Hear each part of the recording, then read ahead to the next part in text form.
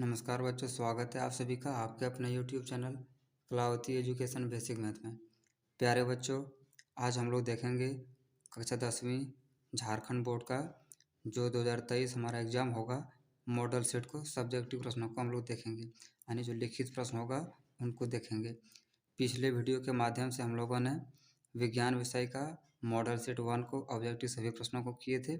इस वीडियो के माध्यम से हम लोग विज्ञान विषय का सब्जेक्टिव मॉडल सेट जो झारखंड सरकार द्वारा जारी किया गया है उसको करेंगे। कोई दिशा निर्देश दिया गया है, जल्दी से इसको देख लेते हैं। देखिए, कक्षा 10वीं विषय विज्ञान, समय 1.5 घंटा, पूर्णांक 40, यानी कि 1.5 घंटा का समय इसमें भी आपको मिलेगा सब्जेक्टिव में, जिसमें से 40 नंबर रहेगा। अब कैसे रहेगा देखिए। सामान्य निर्देश यानी कि जनरल इन्फॉर्मेशन, परीक्षार्थी यथासंभव अपने शब्दों में ही उत्तर देना है। आपको जिस तरह से आता है उसी तरह से आंसर देना है। फिर देखिए, कुल प्रश्नों की संख्या 19 है। प्रश्न संख्या 1 से 7 तक अति लघु उत्तरीय प्रश्न है, जिसमें से किन्हीं 5 प्रश्नों का उत्तर देना अनिवार्य है। प्रत्येक प्रश्न का मान 2 अंक निर्धारित है, यानी कि 1 से 7 तक में आपको केवल 5 प्रश्नों का ही जवाब देना है, जो कि 2 नंबर करके एक एक मतलब यानी कि आप अगर एक प्रश्न को हल करते हैं तो उसमें आपको 2 अंक प्राप्त मिलेगा। प्रश्न संख्या 8 से 14 तक लघु उत्तरीय प्रश्न है, जिसमें किन्हीं 5 प्रश्नों का उत्तर देना अनिवार्य है। प्रत्येक प्रश्न का मान जो है 3 अंक निर्धारित है। प्रश्न संख्या 15 से 19 दीर्घ उत्तरीय प्रश्न है, किन्हीं 3 प्रश्नों का उत्तर देना अनिवार्य है। प्रत्येक प्रश्न का मान 5 अंक निर्धारित है। तो ये था बच्चों कुछ जनरल इन्फॉर्मेशन यानी कि सामान्य निर्देश। अब देखिए, हम लोग देखेंगे इसका प्रश्न और आंसर को। देखिए, सेक्शन ये इसमें लिखा है, चुंबकीय क्षेत्र रेखाओं के किन्हीं 2 गुणों को लिखिए। तो चुंबकीय क्षेत्र रेखा तो कई सारे गुण होते हैं, उनमें से हमें केवल 2 गुण ही लिखना है। तो आइए बच्चों, बिना देरी का शुरू करते हैं। देखिए, इसका आंसर इस तरह से हमें लिखना है, चुंबकीय क्षेत्र रेखाओं के 2 गुण। पहला गुण हम लिखें, चुंबकीय क्षेत्र रेखाएं कभी भी एक दूसरे को प्रतिच्छेद नहीं करती है। और दूसरा जो इसका गुण है वो ये है कि चुंबकीय क्षेत्र रेखाएं उत्तर ध्रुव से निकलती है और दक्षिण ध्रुव में समाप्त होती है। आइए बच्चों, अगला प्रश्न देखते हैं। देखिए, 2 नंबर जो प्रश्न हमारे पास वो ये है कि अवतल दर्पण में बनते हुए एक प्रतिबिंब का एक स्वच्छ किरण आरेख खींचिए जब वस्तु को वक्रता केंद्र पर रखा जाता है। तो ये देखते हैं आप, ये ध्रुव है, इसको वक्रता केंद्र पर कैसे रखना है फिगर को आप देखेंगे आराम से। और इसका जो प्रतिबिंब की स्थिति है, प्रतिबिंब की प्रकृति क्या है और प्रतिबिंब का साइज क्या है, उन सभी को अच्छे से आराम से लिखा गया है। आप बिल्कुल देख सकते हैं, बिल्कुल इसी तरह से आपको लिखना है। अब देखिए, इसका प्रतिबिंब की जो स्थिति होगा वो सी होगा, और प्रतिबिंब की प्रकृति वास्तविक एवं उल्टा होगा, और प्रतिबिंब की साइज समान साइज होगा। अब देखिए, अगले प्रश्न को देखते हैं। देखिए, तीसरा नंबर जो प्रश्न है इसमें यह है कि उभयधर्मी ऑक्साइड किसे कहते हैं, उदाहरण दें। तो उभयधर्मी ऑक्साइड किसको कहते हैं, आइए देखते हैं। वैसे धातुओं के ऑक्साइड जिनमें अम्लीय एवं क्षारीय दोनों गुण पाए जाते हैं उसे हम लोग क्या कहेंगे, उभयधर्मी ऑक्साइड। एग्जाम्पल इसका जैसे ZnO Al2O3। अब देखिए, इसका चौथा नंबर प्रश्न देखते हैं, 4 नंबर। देखिए, इसमें कहा गया है, आधुनिक आवर्त नियम क्या है। तो आधुनिक आवर्त नियम क्या है बच्चों, देखिए इसको देखते हैं। इस नियम के अनुसार तत्वों के रासायनिक एवं भौतिक गुण धर्म उनके परमाणु संख्याओं के आवर्त फलन होता है। अब देखिए, इसका 5वां नंबर जो हम लोग देखेंगे प्रश्न। देखिए, 5 नंबर जो प्रश्न है हमारा, इसमें कहा गया है, पीत के कार्य यानी कि पीत का क्या कार्य है। जिसका आंसर हम लोग को इस तरह से लिखना है, पीत के कार्य निम्नलिखित हैं। या अब देखिए, इसका पहला जो कार्य है वो क्या है, पहला जो काम है वो भोजन के अम्लीय माध्यम को क्षारीय कहते हैं। मतलब कि सॉरी, इसमें ये होगा, इसको थोड़ा सा आप काट देंगे, कहते हैं को, यानी कि अम्लीय जो भोजन, हमारा भोजन के अम्लीय माध्यम को क्षारीय होते हैं। ठीक है। फिर दूसरा देखिए, लाइपेज एंजाइम को सक्रिय करता है।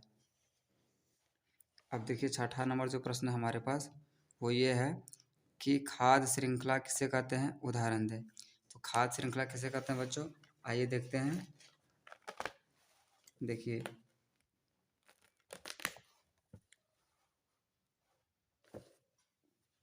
पारितंत्र में हर एक जीव अपने भोजन के लिए अन्य जीवों पर निर्भर रहती है तथा आपस में एक श्रृंखला बनाती है जिसे आहार श्रृंखला कहते हैं। इसका उदाहरण हम लोग दे सकते हैं जैसे घास, हिरन, बाघ। अगर आप इसे थोड़ा और बड़ा करके लिखना चाहते हैं तो घास, फिर आप कीड़ा लिख सकते हैं, उसके बाद मेढक, फिर सांप और फिर आप चील को लिख सकते हैं। तो इस तरह से भी आप लिख सकते हैं इसको। देखिए अब 7वां नंबर जो प्रश्न है वो ये है कि निम्नलिखित जीवों में होने वाले जनन की विधियों को लिखिए। यानी कि ये जो जीव दिए गए हैं इनमें से किस प्रकार की मतलब जो है जनन की विधियां हैं। देखिए हाइड्रा ये मुकुलन विधि से होता है जो कि अलैंगिक जनन है। फिर आपके पास है राइजोपस जो कि बीजाणु गठन है, ये भी अलैंगिक जनन है।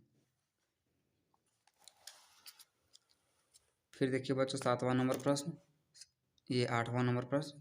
8 नंबर प्रश्न में है कि निकट दृष्टि दोष किसे कहते हैं, इस दोष के क्या कारण है, इस दोष को दूर करने के लिए किस प्रकार के लेंस का प्रयोग करते हैं। तो सबसे पहले देखिए इसी में 3 प्रश्न पूछा गया है। पहला जो प्रश्न हमारा वो है निकट दृष्टि दोष कहते किसको है। तो देखिए बच्चों किसको कहते हैं, निकट दृष्टि दोष ऐसा दृष्टि दोष जिसमें निकट रखी वस्तुओं को स्पष्ट देख सकता है परंतु दूर रखी वस्तुओं को स्पष्ट नहीं देख सकता है। इस प्रकार की दोष को निकट दृष्टि दोष कहते हैं। इसका कारण क्या है निकट दृष्टि दोष होने का, तो देखिए इसका जो कारण है वो है कि नेत्र लेंस की जो वक्रता त्रिज्या होता है वो अधिक हो जाता है। दूसरा इसका जो कारण है वो है कि नेत्र गोलक का लंबा हो जाना, नेत्र गोलक का लंबा हो जाना। और इसका निवारण कैसे है, उत्तल लेंस का प्रयोग करके इस दृष्टि दोष को ठीक किया जा सकता है। अब देखिए अगला प्रश्न देखते हैं। अगला देखिए जो 9 नंबर प्रश्न है हमारे पास, इसमें कि 7 सेंटीमीटर साइज का कोई बिंब को 18 सेंटीमीटर फोकस दूरी के किसी अवतल दर्पण के सामने 27 सेंटीमीटर की दूरी पर रखा गया है। प्रतिबिंब की स्थिति, प्रकृति तथा साइज ज्ञात कीजिए। तो इसको हम लोग कैसे ज्ञात कर सकते हैं, आइए देखते हैं। तो सबसे पहले हमें निकालना क्या है, प्रतिबिंब की दूरी निकालना है यानी कि भी निकालना है।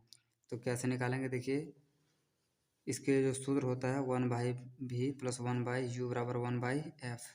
अब जैसे जैसे हमें मान दिया है उन सारे मान को हम आसानी से बिठा देंगे, ठीक है। तो क्या होगा, इससे हमारा जो है प्रतिबिंब की दूरी भी निकल जाएगा, फिर प्रतिबिंब की साइज और प्रतिबिंब की प्रकृति। अब देखिए इसको नेक्स्ट पेज पे देखते हैं। फिर देखिए आपको यहाँ से देखना है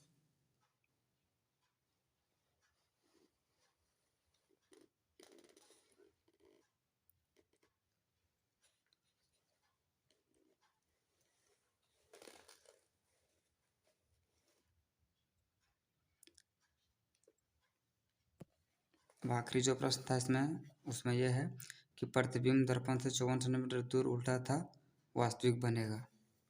अब देखिए 10वां नंबर प्रश्न है। 10 नंबर जो प्रश्न है हमारे पास, इसमें है कि संयोजन अभिक्रिया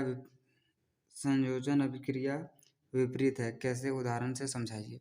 तो संयोजन अभिक्रिया विपरीत कैसे, देखिए बच्चों संयोजन अभिक्रिया वियोजन के विपरीत है क्योंकि संयोजन अभिक्रिया 2 या 2 से अधिक अभिकारक मिलकर एक उत्पाद बनाते हैं, जबकि वियोजन अभिक्रिया एक अभिकारक टूटकर 2 या 2 से अधिक उत्पाद का निर्माण करते हैं।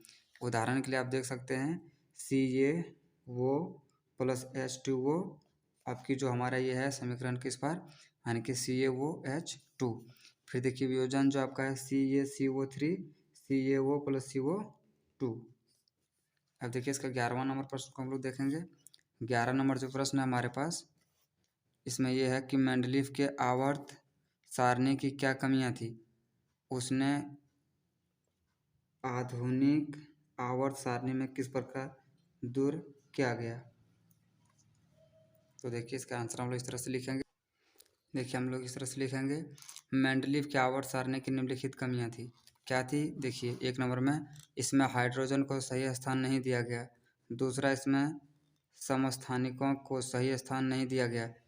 इसमें गैसों का कोई सही स्थान नहीं दिया गया। फिर देखिए आधुनिक आवर्त सारणी में मेंडलीफ के विसंगतियों को निम्नलिखित प्रकार से दूर किया गया। फिर देखिए पहला जो है आधुनिक आवर्त सारणी में हाइड्रोजन को निश्चित स्थान दिया गया। आधुनिक आवर्त सारणी में समस्थानिकों को सही स्थान दिया गया। आधुनिक आवर्त सारणी में जो असक्रिय है गैसों का वर्ग 18 में रखा गया। अब देखिए इसका 12वां नंबर जो प्रश्न है वो ये है कि कार्बन के इतने अधिक यौगिक होने के क्या कारण है। तो कार्बन के इतने अधिक होने के यौगिक जो होने का कारण क्या है, इसको देखते हैं हम लोग नेक्स्ट पेज पे। देखिए इसका आंसर हम लोग इस तरह से लिखेंगे कि कार्बन की संयुक्ता 4 होती है, जिसके कारण वह 4 अन्य तत्वों से जुड़कर आसानी से आबंध बना सकती है। कार्बन के इसी गुण के कारण कार्बन के इतने अधिक यौगिक होते हैं। फिर देखिए 13वां नंबर जो प्रश्न हमारे पास वो ये है कि दोहरा परिसंचरण किसे कहते हैं, समझाएं। तो देखिए दोहरा परिसंचरण किसको कहते हैं। मनुष्य में रक्त को एक चक्कर पूरा करने के लिए इसे हृदय से 2 बार गुजरना पड़ता है। इसे मनुष्य में दोहरे परिसंचरण कहते हैं। फिर देखिए इसका अगला जो पॉइंट है, नेक्स्ट जो पॉइंट है वो है कि सिराओं द्वारा शरीर के विभिन्न भागों से अशुद्ध रक्त हृदय में लाया जाता है। तीसरा जो पॉइंट लिखेंगे हम लोग, हृदय उसे शुद्ध होने के लिए फुफ्फुस में भेज देता है, जहाँ कार्बन डाइऑक्साइड बाहर विसरित हो जाती है और ऑक्सीजन में आ जाती है। और आखिरी जो पॉइंट लिखेंगे इसका वो ये लिखेंगे कि इस प्रकार ऑक्सीजन युक्त रक्त पुनः हृदय में आता है, जिससे शरीर के अंगों में पहुंचाने के लिए पंप कर दिया जाता है। अब देखिए 14 नंबर जो प्रश्न है हमारे पास, इसमें कि ऊर्जा के स्रोत के रूप में हम सौर ऊर्जा का उपयोग किस प्रकार करते हैं। तो देखिए इसका आंसर हम लोग लिखेंगे कि ऊर्जा के स्रोत के रूप में हम सौर ऊर्जा का उपयोग अनेक प्रकार से करते हैं। उनमें से कुछ का नाम लिख दे रहे हैं, आप बिल्कुल ऐसे ही लिखेंगे। देखिए सौर पैनल, जैसे सौर पैनल सौर ऊर्जा को विद्युत ऊर्जा में परिवर्तित करता है। सौर पैनल बहुत सारी सेलों का समूह होता है। फिर जो है सौर पैनल पर्यावरण को नुकसान पहुंचाए बिना बिजली उत्पन्न करती है। इसमें किसी भी प्रकार का प्रदूषण नहीं होता है। सौर पैनल के सौर सेलों में सिलिकॉन का उपयोग किया जाता है। सौर पैनल का रखरखाव बहुत सस्ता है, इसलिए आजकल सौर पैनल का उपयोग बहुत मात्रा में करके बिजली उत्पन्न किया जा रहा है। और आखिरी जो पॉइंट लिखेंगे वही लिखेंगे, इसके अलावा सौर कुकर में भी सौर ऊर्जा का उपयोग किया जाता है। देखिए अब 15 नंबर प्रश्न को, इसमें दो प्रश्न दिया गया है, इनको भी हम लोग हल करेंगे। देखिए 15 नंबर में है किसी चालक का प्रतिरोध किन कारकों पर निर्भर करता है, ये 15 का ये है। और बी नंबर में है प्रतिरोध 2 ओम 3 ओम तथा 6 ओम के 3 प्रतिरोधकों को किस प्रकार संयोजित करेंगे कि संयोजन का कुल प्रतिरोध 11 ओम 1 ओम हो। तो देखिए इसको कैसे हल करेंगे। तो सबसे पहले लिखेंगे किसी चालक का प्रतिरोध किन कारकों पर निर्भर करता है। तो देखिए किस प्रकार ये निर्भर करता है। किसी चालक का प्रतिरोध निम्नलिखित कारकों पर निर्भर करता है, ऐसा आपको लिखना है। फिर देखिए 1 नंबर जो पॉइंट है हमारा वो है कि तार की लंबाई किसी चालक का प्रतिरोध उसकी लंबाई के समानुपाती होती है। फिर देखिए चालक के अनुप्रस्थ काट का क्षेत्रफल किसी चालक का प्रतिरोध उसके अनुप्रस्थ काट के क्षेत्रफल व्युत्क्रमानुपाती होता है। फिर तीसरा जो पॉइंट है हमारा वो ये है कि किसी चालक का प्रतिरोध उस चालक के पदार्थ की प्रकृति पर निर्भर करता है। अब बी नंबर में है प्रतिरोध 2, 3 तथा 6 के 3 प्रतिरोधों को किस प्रकार संयोजित करेंगे कि उसका जो कुल प्रतिरोध होगा वो 11 ओम होगा और 1 ओम होगा। तो देखिए इसको जो जोड़ने का जो नियम होता है, एक होता है पार्श्व क्रम और एक श्रेणी क्रम। तो देखिए इसको नेक्स्ट पेज पे देखते हैं। देखिए 11 ओम को प्राप्त करने के लिए हम क्या करेंगे, तीनों जो प्रतिरोध है एक श्रेणी क्रम में ऐड करेंगे, यानी कि जोड़ेंगे। देखिए R1 हमारा हो जाएगा कितना 2 ओम, R2 हो जाएगा 3 ओम और R3 हो जाएगा 6 ओम। तीनों को जोड़ेंगे किसमें, श्रेणी क्रम में। श्रेणी क्रम यानी कि लगातार जोड़ा जाता है। देखिए R बराबर हम जोड़ेंगे R1 plus R2 plus R3, 2 plus 3 plus 6, तीनों को ऐड करेंगे तो क्या होगा 11 होगा। और यही हमें बनाना भी था, तो 11 ओम भी पहला हो गया। अब दूसरा कहा था 1 ओम हो, तो 1 ओम को प्राप्त करने के लिए तीनों को पार्श्व क्रम में जोड़ना होगा। कैसे, देखिए पार्श्व क्रम में कैसे जोड़ते हैं, बट्टे में भाग देके, जैसे 1/R1 plus 1/R2 plus 1/R3। अब तीनों का क्या करेंगे, हम मान बिठाएंगे। देखिए एलसीएम निकालेंगे 2 3 6 का, तो 6 एलसीएम आएगा। जैसा भिन्न का जोड़ करते हैं, सारे को देखिए ऐड करेंगे, 6 से 6 में भाग देंगे, एक बार में कटेगा। और ये मतलब हमें 1 ओम ही निकालना था। तो इसका भी आंसर आ गया। अब अगला प्रश्न देखते हैं। आप इसे शुरू से उतार सकते हैं बिल्कुल अच्छी तरीके से। अब देखिए 17 नंबर प्रश्न को हम लोग देखेंगे। इस प्रश्न में कहा गया है निम्नलिखित समीकरण को संतुलित करें। तो समीकरण संतुलित कैसे करेंगे, देखिए इसको देखते हैं। पहला जो समीकरण है हमें, ये देखिए ये सब प्रश्न 5 नंबर करके है। पहला है N2 + H2, फिर है समीकरण NH3। तो इसको संतुलित कैसे करेंगे, देखिए संतुलित करने के लिए दोनों को एक हम LHS मानते हैं और एक RHS। लेफ्ट वाले को LHS और राइट वालों को RHS। इससे क्या होता है कि हम देखते हैं दोनों में से कितना का कमी होता है, किन चीज़ों का कमी होता है। जैसे यहाँ देखिए N 2 है और यहाँ पर N 1 ही है इस साइड में। तो इसको 2 बनाने के लिए क्या करेंगे, हम 2 से गुना करते हैं। तो देखेंगे आप यहाँ पर जो हमारा हाइड्रोजन है वो 3 है और इधर भी हाइड्रोजन 2 है। तो यहाँ पर अगर हम 2 से गुना करेंगे तो क्या होगा, दोनों साइड इक्वल होगा। कैसे, एक प्रश्न को आपको बिल्कुल आसानी से सिखा देते हैं, फिर सारे प्रश्नों को आप देख लेंगे। जैसे यहाँ पर देखिए हमारा जो है n है 2, लेकिन यहाँ पर n कितना है, 1 है। और इसमें एक चीज़ ये गौर करना होता है, जैसे यहाँ पर n है तो ये n केवल अलग फैमिली में है और ये H2 अलग फैमिली में। लेकिन यहाँ पर देखेंगे आप NH, ये दोनों साथ में ही है। तो इसको कैसे संतुलित करेंगे, देखिए यहाँ पर N2 है लेकिन यहाँ पर N1 है। तो इसको 2 करने के लिए क्या करेंगे, हम 2 से गुना करेंगे। लेकिन समस्या ये है कि ये जो 2 गुना होगा इस पूरे के साथ होगा, यानी कि n के साथ भी गुना होगा और 3 के साथ भी। तो n को अगर 2 से गुना करेंगे n हो जाएगा 2 और यहाँ भी n हो गया 2। अब n इक्वल हुआ, यहाँ भी n इक्वल हुआ। लेकिन समस्या है कि इसमें भी जो h है हमारा उसके साथ भी 2 से गुना होगा। तो देखेंगे h को, जो h पहले से 3 था और 2 से गुना कर देते, ये हो गया 3 गुने 2 6 हो गया। लेकिन यहाँ पर देखिए एच जो है वो 2 ही है। तो इसको 6 बनाने के लिए हम क्या करेंगे, 3 से गुना करेंगे। तो देखिए 3 गुने 2 करेंगे कितना हो जाएगा, 6 हो जाएगा।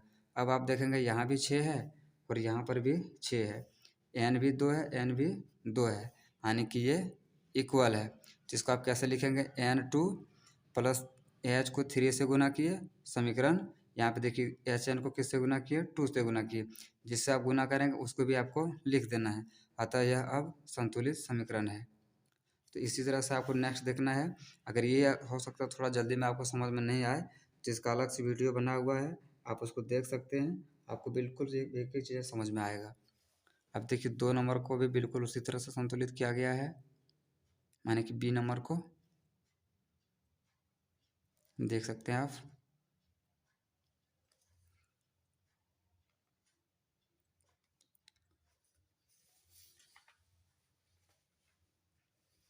इसमें कुल 5 प्रश्न है, 5 प्रश्नों को इसी तरह से आपको संतुलित करना है। अब देखिए इसका जो मुख्य प्रश्न है 18वां नंबर प्रश्न, उसको हम लोग देखते हैं। ये बहुत इम्पोर्टेंट प्रश्न है 2023 परीक्षा के लिए। मानव पाचन तंत्र का निम्नांकित चित्र बनाइए। तो देखिए इसका चित्र बनाया हुआ है और ये अंग विशेष का नाम आप बिल्कुल ध्यान में रखेंगे क्योंकि इन सब चीज़ों से ही नंबर कटता है एग्ज़ाम में। तो देखिए आपको इसी तरह से बनाना है और नाम भी इसी तरह से लिखना है।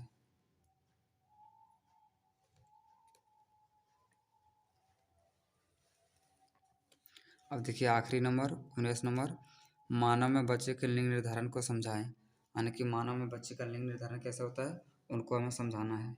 तो आइए देखते हैं, ये थोड़ा लॉन्ग हो सकता है लेकिन आप धैर्य से शुरू से अंत तक बने रहिए, आपको सारी चीज़ें समझ में आएगा। देखिए इसको हम लोग समझने का कोशिश करते हैं, आपको रट्टा नहीं मारना है, बिल्कुल ध्यान से समझेंगे, देखेंगे क्या क्या इसमें जो है प्रक्रिया है, उसी अनुसार से हम लोग इसको देखेंगे। देखिए मानव में लिंग का निर्धारण विशेष लिंग गुणसूत्रों के आधार पर होता है। देखिए नर में एक्स वाई गुणसूत्र एवं मादा में एक्स एक्स गुणसूत्र होते हैं। इससे स्पष्ट होता है कि मादा के पास वाई गुणसूत्र होती ही नहीं है।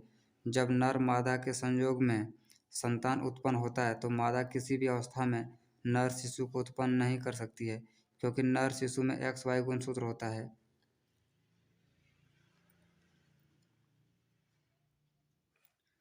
निश्चय के निषेचन क्रिया में यदि पुरुष का एक्स लिंग गुणसूत्र स्त्री के एक्स लिंग गुण से मिलता है तो इससे एक्स एक्स जोड़ा बनेगा और एक्स एक्स के संतान के रूप में लड़की होगी। लेकिन जब पुरुष का एक्स लिंग स्त्री के वाई लिंग गुणसूत्र मिलकर निषेचन करेगा तो एक्स वाई बनेगा, इससे लड़के का जन्म होगा। यानी कि ये एक बात आप याद रखेंगे, अगर एक्स गुणसूत्र पुरुष का और ये एक्स गुणसूत्र महिला का, दोनों का अगर एक्स मिलता है तो लड़की होगा, अगर एक्स और वाई गुणसूत्र मिलता है तो लड़का होगा। इसको हम लोग डायग्राम से समझेंगे। फिलहाल देखिए आगे क्या है। किसी भी परिवार में लड़के या लड़की का जन्म पुरुष के गुणसूत्रों पर निर्भर करता है, क्योंकि वाई गुणसूत्र केवल पुरुषों के पास होता है। तो देखिए नर होगा तो यानी कि जो लड़का होगा, जो मतलब पुरुष में हार्मोन होता है, गुणसूत्र होता है, वो एक्स वाई होता है, और जो मादा होता है स्त्री में जो होता है वो एक्स एक्स होता है। अब देखिए इस डायग्राम को आप समझिए थोड़ा सा। देखिए ये नर है, इसका जो गुणसूत्र है एक्स एक्स, और ये मादा है एक्स वाई। इनका निषेचन से अगर एक्स एक्स मिलता है गुणसूत्र तो लड़की होगा, और अगर एक्स वाई गुणसूत्र मिलता है तो लड़का होगा। तो एक अपवाद भी है कि महिलाओं के कारण से ही लड़की पैदा होती है, तो ये बिल्कुल अपवाद है, गलत है। ये गुणसूत्र पर निर्भर करता है कि लड़की होगा या लड़का होगा। तो उम्मीद है कि चीज़ें आपको सारी समझ में आया होगा। यदि आप अभी भी चैनल पर नए हैं तो चैनल को सब्सक्राइब करिए, लाइक करिए, शेयर करिए। धन्यवाद।